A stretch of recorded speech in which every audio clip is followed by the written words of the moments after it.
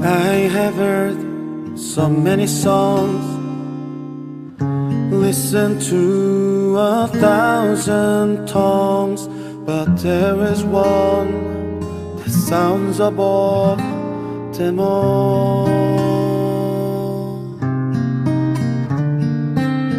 The Father's song, the Father's love, you sung it over me, and for eternity is written on my heart.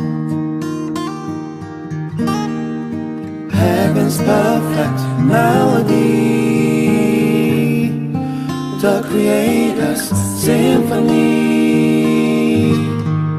you are singing over me, the Father's song. Heaven's perfect mystery,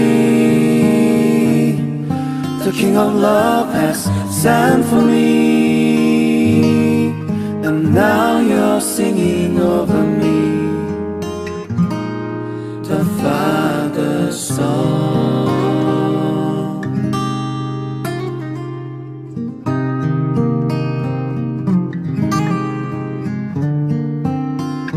I have heard so many songs, listened to 1,000 tongues, but there is one that sounds above them all.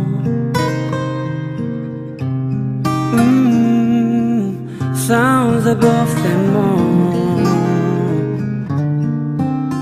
The Father's song, the Father's love, you sung it over me, and for eternity it's written on my heart. Heaven's perfect melody, the Creator's symphony, you are singing over me, the Father's song. Heaven's perfect mystery, the King of love has sent for me, and now you're singing over me, the Father's song. Heaven's perfect melody.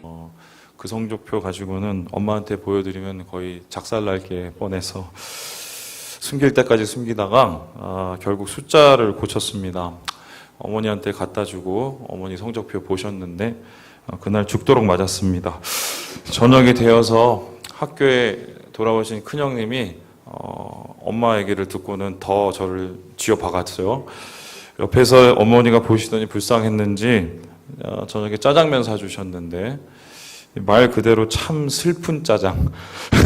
예, 그것을 제가 먹었습니다. 그때 어머니가 짜장면이 아니라 돼지를 잡아주셨다면, 때리지 않고 한번 찔끗 눈을 감아주셨다면 아마 저는 지금 대학 총장이 되었을지도 모르겠어요.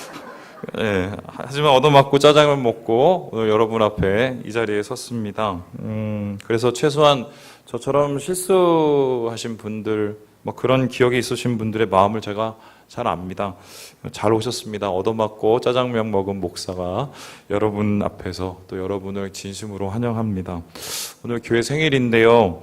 이 와보라데이 어떻게 하면 우리가 잘 할 수 있을까 함께 모여서 회의를 했는데 한 분이 이렇게 말했습니다. 이 목사님 막 다른 교회 유명인들 초청하고 막 시끌벅적하게 하는데 그렇게 뭐 특별한 거 우리는 안 하고 좀 담백하게 했으면 좋겠어요. 그래서 어떻게 해요? 그랬더니 목사님께서 설교를 잘 준비해 주시면 좋지 않겠습니까? 이러더라고요. 그래서 뭐 어떤 설교를 하라는 소리예요? 그랬더니 이렇게 얘기했습니다.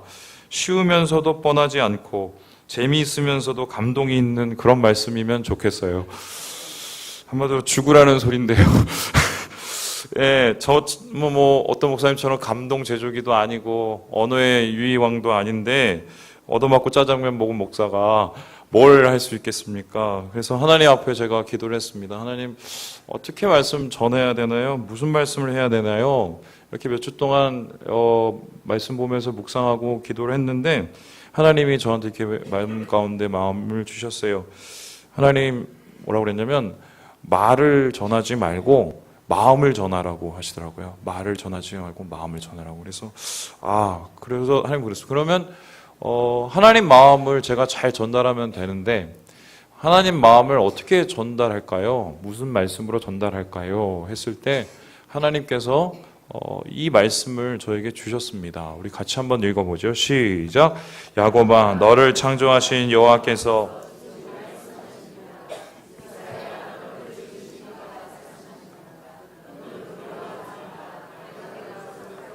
내가 너를 지명하여 불렀나니. 이 말씀은 저와 우리 3일 가족 그리고 오늘 교회 처음 방문하신 모든 분들을 향해서 하나님께서 주신 말씀입니다. 너는 내 것이다. 그러니까 두려워하지 말라.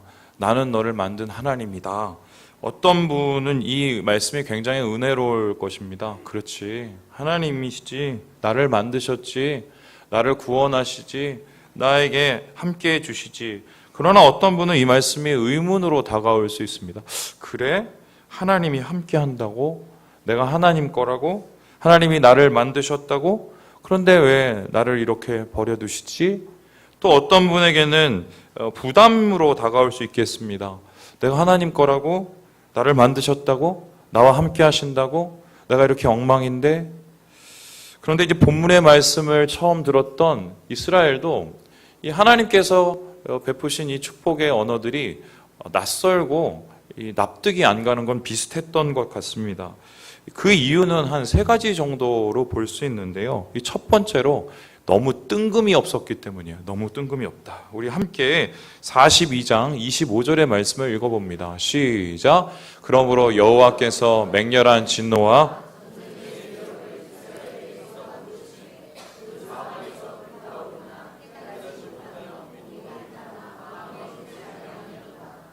이 어마어마한 진노의 말씀은 놀랍게도 바로 본문 앞에, 바로 앞구절이에요. 앞구절이에요.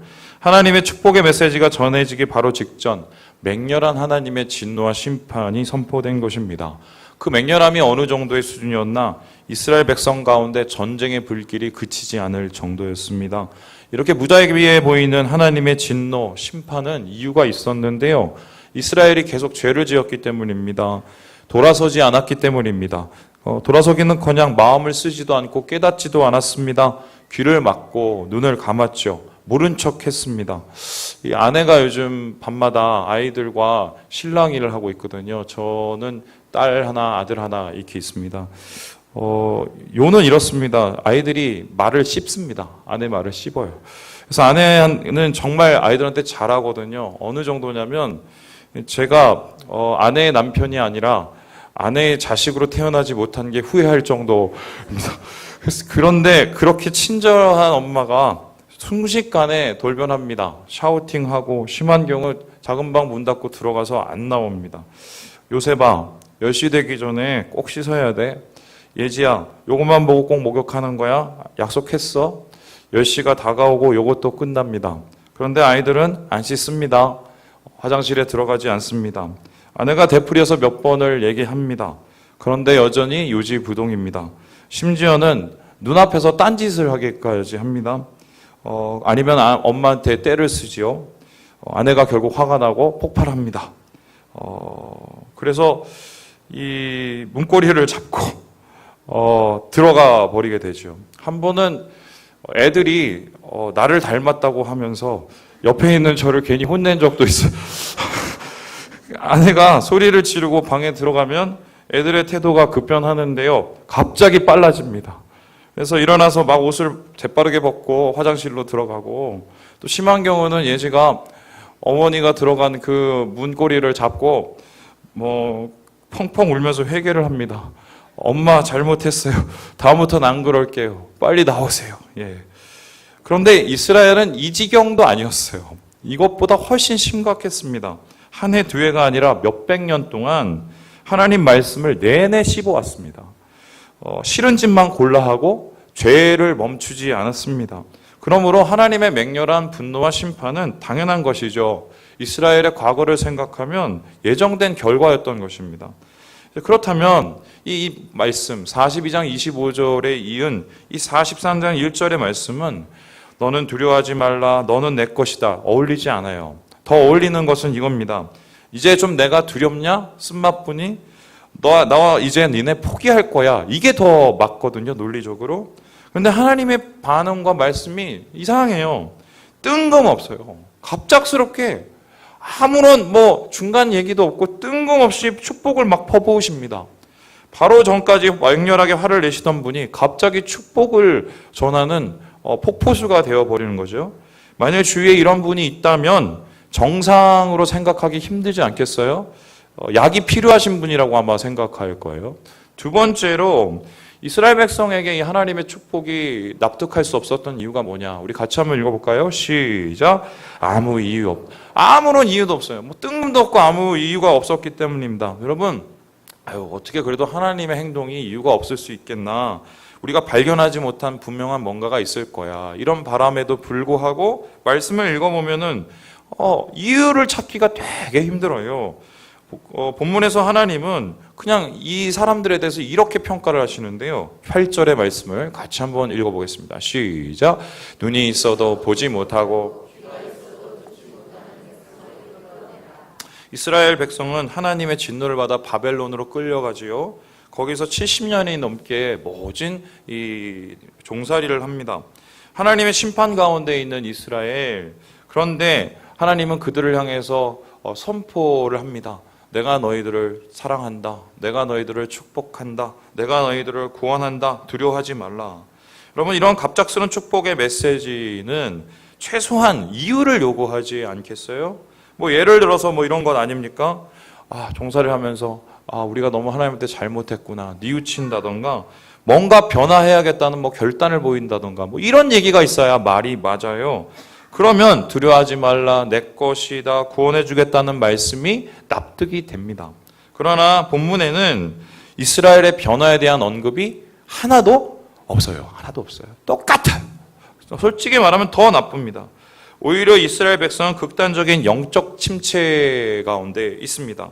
눈이 있어도 보지 못하고 귀가 있어도 듣지 못하는 장애인 이스라엘, 그죠? 그들은 맞아도 여전히 죄 가운데 있었습니다. 영적인 중환자들인 것이죠. 하나님의 말씀에 대해서 아무 반응이 없는, 죄송합니다. 병신이죠, 병신이 된 거예요.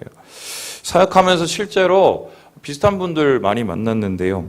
영적 침체 가운데 있으신 분들, 계속 방황하는 분들입니다. 흥미로운 것은 이분들이 왜 이런 어려움이 자신에게 일어났는지를 대부분 아신다는 거예요. 케이스에 따라서 조금 다르지만 거의 이겁니다. 죄와 욕심 이런 것이 침체를 가져오지요. 그래서 이분들은 또 어떻게 해야 여기서 벗어나야 되는지, 다시 일어날 수 있는지, 회복할 수 있는지도 잘 압니다. 심지어 이렇게 고백하기가 돼요. 죄를 버려야 되는데요. 욕심을 버려야 되는데요. 그래야 일어서는데요. 하지만 그렇게 안 해요. 그렇게 안 해요. 알고도 안 해요. 왜 안 하는지 제가 궁금해서 진짜 한 분한테 대놓고 물었어요. 왜 그러면 안 하세요? 이렇게 물었어요. 그랬더니 그분 하시는 말씀, 그렇게 하기 싫대요. 그렇게 할 마음이 없는 거죠. 차라리 그렇게 일어서는 것보다 이렇게 낭망에 쓰러져 있는 것이 편하기 때문입니다. 스스로 눈과 귀를 막아버리는 것이죠. 이런 모습 옆에서 보면서 참 마음이 쓰리고 답답했습니다. 막 화가 났어요. 이 생각을 했어요. 하나님, 나도 이렇게 화가 났는데 하나님 얼마나 화가 나실까, 저분들 보면서. 그때 하나님께서 저에게 말씀하시는데, 성민아, 너는, 이렇게 얘기를 하시더라고요, 저한테. 바벨론 종살이에도 여전히 돌이키지 않고 하나님 앞에 눈과 귀를 막고 있는 이 절망을 벗삼아 살아가는 이스라엘 백성, 그들에게 하나님의 축복은 이유 없고 가당치 않은 것이었습니다. 하지만 하나님은 너무나도 뜬금없이 아무 이유 없이 그들을 축복하십니다. 구원을 약속하십니다. 만약 이런 분들 옆에 계시면 속이 없는 분입니다. 정말 사기치기 딱 좋은 그런 분 아니겠어요? 세 번째로 오늘 본문의 축복을 납득할 수 없는 이유가 무엇이냐? 우리가 같이 한번 읽어보죠. 시작. 어떤 대가도 없다. 이 축복에 대한 대가가 전혀 보이지 않고 있다는 것입니다. 3절의 말씀을 읽어봅니다. 시작. 대저 나는 여호와 내 하나님이요.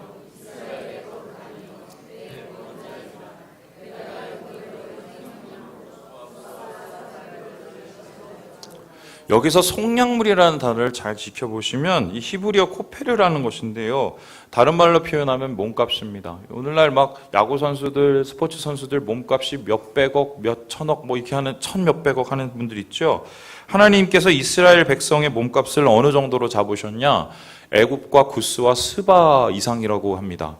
당시에 이 나라들은 나라 이름이거든요. 중동 세계를 제패하고 있는 잘 나가는 나라들이었어요. 요즘으로 말하면 미국, 중국, 뭐 러시아, 뭐 이 정도 수준이거든요. 그런데 하나님께서 이러한 것을 다 내려놓고서라도 내가 너를 구원한다. 너의 몸값은 천정부지고 무한대라고 얘기합니다. 유진 피터슨 목사님은 이 부분을 더 극적으로 표현하는데 우리 같이 한번 읽어보죠. 시작. 나는 어마어마한 값을 치르고 너를 샀다. 너를 얻으려고 이집트를 다 귀중한 구스와 스바도 같이 내놓았다. 너는 내게 그만큼 소중하다. 내가 너를 그만큼 사랑한다. 너를 얻기 위해서라면 나는 온 세상도 팔 수 있다. 창조 세계와 너를 바꿀 수 있다. 여러분, 하나님께서 이스라엘 백성을 모든 대가를 치르서라도 구원하시겠다, 내 것으로 삼겠다고 선포하십니다. 그렇게 이스라엘에 대한 무한대 축복을 내려놓고 있는 것입니다.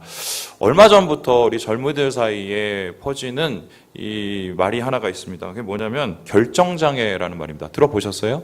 이 결정장애, 선택하기 힘든 장애를 겪는다는 것인데, 이 결정장애라는 말은 사실 심리학 용어가 아닙니다.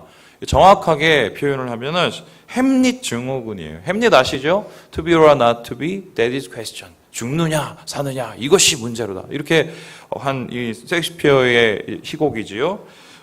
햄릿은 아버지의 복수를 두고 생사의 고민을 했습니다. 그런데 요즘 현대인들, 특별히 이 젊은이들은 조금 다른 고민에 빠져 있습니다. 뭐 이런 것이죠. 짬뽕이냐, 짜장이냐, 양념이냐, 후라이드냐, 탕수육 부먹이냐 찍먹이냐, 이런 뭐 단순한 고민부터 쇼핑, 진로, 연애, 결혼 같은 중요한 문제들까지 선택하기 힘들어 합니다. 얼마 전 취업 포털인 그 인크루트에서 이 성인 남녀 한 400여 명을 가지고 조사를 했어요. 설문조사를 했는데 결정장애를 앓고 있습니까? 라는 질문에 80% 정도가 그렇다고 얘기했습니다. 오죽하면은 그 결정장애 때문에 요즘에 이런 제품이 나옵니다. 소위 말해서 반반율인데요. 부먹과 찍먹이 함께 있고, 짜파게티와 국물라면이 함께 있고, 뭐 이런 것이 이렇게 있습니다. 그런데 요리는 이렇게 해결할 수 있을지 모르겠으나 삶에서 그게 해결이 쉬운가요? 선택을 해야 되는데. 그래서 이분들한테 물었어요. 왜 그런 결정장애를 앓고 있습니까? 물었더니 그 대답이 이랬습니다. 보세요. 잘못 선택할까 봐. 선택과 옵션이 많아서, 혼자 튀기 싫어서, 남들에게 확인받기 싶어서, 남이 결정해 주는 게 편해서. 이거를 요약해보면 이거 아니겠어요? 선택할 것 많고 대가는 크다. 한마디로 실패가 두려운 것입니다. 선택하기가 꺼려지는 것이죠. 특히 우리나라는 어렸을 때부터 부모가 다 선택해 주잖아요. 이런 사회 구조 속에서 성인이 되면 점점 선택에 대한 두려움이 커지기 마련이죠. 실패가 이 세상에서 두렵지 않은 사람이 어디 있겠어요? 저도 너무 두려워요. 대가 없는 선택이 어디 있겠습니까? 사실 종교도 그런 면이 있어요. 대부분의 종교가 추종자들에게 더 많이 희생하고 더 많이 성취하고 더 많이 배우고 더 많이 개선하라고 요구합니다. 교회도 어떻게 보면 그런 것을 요구하는 듯 합니다. 최근 교계에서 값싼 복음에 대한 논쟁이 있어요. 무슨 소리냐? 너무 쉽게 구원받아서 사람들이 너무 쉽게 생각한다는 거예요. 너무 쉽게 구원받고 너무 쉽게 교회를 다니니까 한국 교회가 이 모양이라는 것입니다. 맞는 얘기인데요. 잘 생각해보면 틀린 얘기예요. 특별히 오늘 본문을 보면 더욱 그렇습니다. 여러분 생각을 해보세요. 이스라엘 백성이 하나님의 구원의 축복을 얻기까지, 실제적으로 그 구원이 이루어질 때까지 한 게 있어요? 없어요. 그러니까 그들에게 있어서 복음은, 그들에게 있어서 구원은 거의 공짜에 가까웠습니다. 하나님께서 뜬금없이 이유 없이 그들에게 구원을 베푸신 것입니다. 오히려 그 대가를 누가 치러요? 하나님이 치릅니다. 그들이 치러야 할 대가까지 하나님이 지불하시는 것입니다. 그럼 질문해 봅니다. 이스라엘은 과연 그런 가치가 있는가? 그들은 과연 구원받을 자격이 있는가? 하나님께서 지불하신 값은 엄청나게 크죠. 거의 올인에 가깝습니다. 최소한 이스라엘은 이러한 하나님의 기대에 부응하려면 어떻게 해야 될까요? 뭔가 변화의 모습, 뭔가 잘해보려는 그런 모습이 보여야 되지 않겠습니까? 그러지 않으면 이렇게 모든 것을 올인하신 하나님의 얼굴을 먹칠하고 개망신시켜드리는 거예요. 그런데 본문 이후의 스토리를 우리가 잘 알고 있죠? 어떻게 됩니까? 그들은 정말 하나님 약속처럼 구원을 받았습니다. 기적적으로 바벨론 풀려나서 예루살렘으로 향했습니다. 거기서 성전도 짓고 율법도 다시 짓고 만들고 그리고 뭔가를 제대로 시작하는 듯 했습니다. 그런데 채 100년 못 갔어요. 채 100년 못 가고 결과적으로 똑같아졌습니다. 죄 가운데 무너졌고 개벌은 남 못 주듯이 그 우상 숭배에 다시 빠지게 되었습니다. 하나님 시간을 초월하신 분이죠. 현재와 과거와 미래에 계십니다. 그렇다면 이 말씀을 선포하셨을 때, 축복을 선포하셨을 때 하나님이 이스라엘 백성들이 이렇게 되는 것을 아셨어요? 몰랐어요? 아셨어요. 그러면 아셨어도 말짱 두루묵이 되는 이 사람들의 미래를 아시고도 축복을 하신 것입니다. 큰 대가를 치르고 이렇게 뭔가 하나님 안에서 변화가 없는 모습을 아시고도 이들을 구원하시는 거예요. 그러나 하나님께서 이스라엘에게 올인을 하셨죠. 이 올인은 여기에서 그치지 않고 속고도 망하고도 뒤통수 맞고도 발등 찍히고도 또 올인을 하십니다. 우리 함께 요한복음 19장 말씀을 같이 한번 읽어볼까요? 시작. 예수께서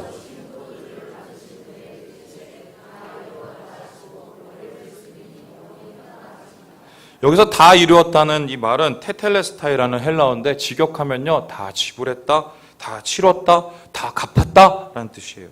하나님께서 이스라엘 위해, 우리를 위해 마지막 지불하신 대가가 뭐예요? 목숨이었습니다. 사람의 목숨보다 더 중요한 것이 어디 있겠습니까? 우리가 누리는 복음, 값이 없어요. 왜 값이 없습니까? 우리가 치른 게 없기 때문이에요. 그리고 하나님께서, 주님께서 치르신 것이 값을 따질 수 없는 것이기 때문입니다. 구원을 위해서 우리 하나님 안에서 말도 안 되고 뜬금없는 이 축복을 받은 이스라엘 백성처럼 우리도 하나님 앞에서 한 게 아무것도 없어요. 한 게 아무것도 없이 구원의 축복을 받은 것입니다. 그렇다면 이제 마지막 질문을 해보지요. 왜 그러셨지? 왜 뜬금없이 이유 없이 어떤 대가도 없이 이스라엘을 축복하시고 구원하셨을까? 좀 더 확장해 본다면 주님은 왜 우리를 구원하셨지? 이곳에 오게 하셨지?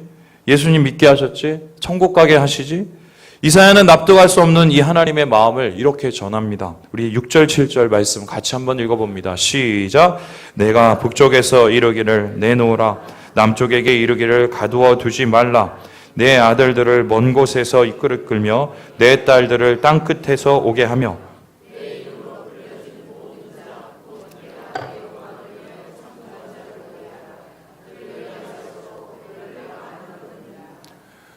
왜요? 내 아들, 내 딸이기 때문이에요. 내 아들, 내 딸. 하나님의 손으로 직접 만드신 내 아들, 내 딸. 이해할 수 없는 하나님의 마음은 부모의 마음이에요. 이 세상에 어떤 부모도 도달할 수 없는 가장 큰 부모의 마음입니다. 아내와 아이들이 그렇게 소동을 펼치고 나서 밤이 찾아오지요. 그리고 엄마 옆에서 애들이 새근새근 잠을 자고 있는 거 봅니다. 언제 싸웠냐는 듯이, 말썽 언제 피워내는 듯이 평화롭게 아이들이 엄마 품에서 자고 있어요. 그 모습 보면요, 아무리 말 안 듣고 속상해도 세상에서 제일 이쁩니다. 보배롭고 존귀한 내 아들, 내 딸. 조직 신학자들이 구원을 한마디로 표현하면 뭐라고 말하냐면 은혜라고 말합니다. 은혜라는 것은 무엇입니까? 받을 자격이 없는 사람들이 받는 축복과 구원이에요. 그렇게 우리가 예수 믿고 그렇게 우리가 구원 얻었습니다. 이렇게 공짜로 얻은, 정말 값없이 얻은 이 구원을 우리가 어떻게 그 앞에서 자랑을 하고 우리의 자존심을 내세울 수 있겠어요? 사실 은혜의 돋보기로 돈문을 들여다보면 이제 안 보이던 것이 보이는데요. 하나님의 보이지 않는 바로 손길이 보여요. 우리 2절의 말씀 한번 읽어볼까요? 시작! 내가 물 가운데로 지날 때에 내가 너와 함께 할 것이라. 강을 건널 때에 물이 너를 침몰하지 못할 것이며 내가 불 가운데 지날 때에 타지도 아니할 것이요. 하나님 말합니다. 넌 내 거야. 내 아들이야, 내 딸이야. 내 손으로 지었어. 내가 너 물불 안 가리며 지켜줄 거야. 근데 여기서 이 물불이 여러분 뭔지 아세요? 잘 보면요, 이게 바로 바벨론 포로 생활을 뜻해요. 그러면 좀 말이 이상하게 되는데요. 이런 겁니다. 이스라엘 백성들 바벨론 포로 생활 70년 동안 모지게 했잖아요. 이유가 뭡니까? 지 잘못해서 했어요. 근데 하나님께서는 그 잘못 가운데서 모지게 힘들고 지쳐하고 쓰러지고 무너지고 또 자기의 비탄에 빠진 이 사람들을 향해서 심지어 하나님의 약속에 대해서 원망하고 불신하는 이 사람들을 향해서도 말합니다. 그래도 나는 네가 쓰러진 그곳에 있을 거야. 너 절대 포기하지 않을 거야. 너는 내 아들이니까. 너는 내 딸이니까. 내가 너를 만들었으니까. 하나님께서 우리에게 이야기를 하시는 것입니다. 하나님의 이 구원하시겠다는 약속은 결국 십자가 위에서 예수님의 못 박힌 두 손으로 완전히 성취됩니다. 하나님께서 함께 하시는 것. 여러분, 오늘 우리가 겪는 고난이 주님이 함께 하시면 죽을 길이 아니라 살 길이에요. 왜요? 하나님 반드시 약속 이루시는 분이시기 때문입니다. 여러분, 성적표 고치고 슬픈 짜장을 먹은 목사, 이 못난 목사, 사역길 오르기까지 얼마나 많은 이야기가 있겠어요. 저는 여기 설 사람이 아니에요.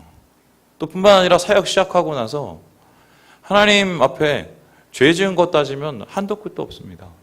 소위 말해서 제가 담임으로 와서 우리 교회에 온 지 한 3, 4년이 돼가는데 이 속에서 하나님 마음 아프게 한 게 한두 번이겠어요? 그런데 나 역시 이 구원의 축복이 낯섭니다. 왜 하나님이 나를 축복하시지? 내가 뭘 잘했다고? 그런데 여러분에게 확신을 가지고 이 말을 할 수 있습니다. 하나님 절대 우리 포기 안 합니다. 절대 우리 포기 안 해요. 내가 얼마나 못났고 내가 얼마나 능력이 없고 내가 얼마나 모자라도 더러워도 하나님 우리 포기 안 합니다. 주님 말씀하세요. 넌 내 거야. 내 아들이야. 내 딸이야. 말씀을 마치려고 합니다. 오늘 이곳에서 그 하나님 만났으면 좋겠습니다. 은혜의 손길을 붙잡고요.